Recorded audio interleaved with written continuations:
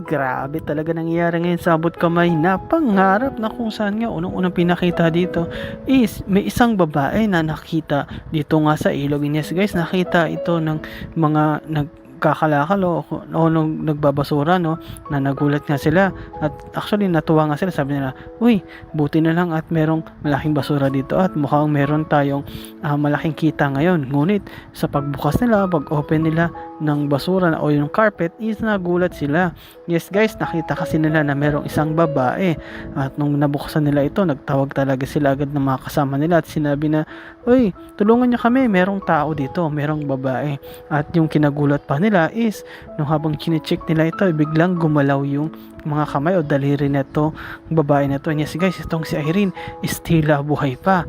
Yes guys, mukhang malaki ang chance nito, no, na mabuhay pa uli pag nadala lang ito sa ospital. At kung sakali is talagang mayayari itong si Carlos kasi sigurado itong si Irene ay magsusumbong na sa mga pulis o kahit sa sino, no, lalo na dito kay Lynette o kay Annalyn about sa katotohanan kung sino ba talaga itong si Irene sa buhay ni Carlos. At pag nangyari yun, sigurado mabubuking na tong si Carlos at sigurado pwede pa tong makulong. At hindi lang yan, ang pinaka masakit sa lahat is mawawala sa kanya itong si Lynette. Yes guys, marami talagang kalokohan tong si Carlos na mga hindi sinasabi o pinapaalam dito sa asawa niyang si Lynette. At ginawa nga niya yun para lang makuha niya yung gusto niya. Yes guys, may ganung ugali talaga itong si Carlos.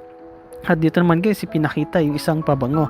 At yung pabango na ito ay nakuha pa nga ito ni Lynette. At sigurado siya na hindi sa kanya yun. At sigurado rin siya na ang pabango na yun ay kay Irene. And yes guys, kasi itong pabango na ito ay kay Irene naman talaga. At minsan na ipakita na nga ito kay Lynette at pinabango pa sa kanya, pinaamoy. Kaya alam na alam ni Lynette na yung pabango na ito ay kay Irene. Ang pinagtataka niya lang, bakit nakapunta ito sa kwarto nila? Bakit ito nasama doon, no? Sa pagdating ni Carlos, andun din yung mga pabango. Kaya ang ginawa niya is bumaba siya agad sa kusina at kinausap niya itong kanyang Chang Susan. At sabi ni Chang Susan, ako, akala ko pa naman mabait siyang si Carlos, pero tila yata niloloko ka. Kung ako sa'yo, susundan ko yan si Carlos kahit saan pumunta para malaman ko yung totoo. Yes guys, makita mo kay Lynette na may doubt na siya kay Carlos. At grabe talaga may eksena dito guys. Na-update ko kayo uli sa susunod na mga episode. At salamat sa panonood nyo sa aking channel. At yun lang guys, ingat kayo palagi. Bye bye.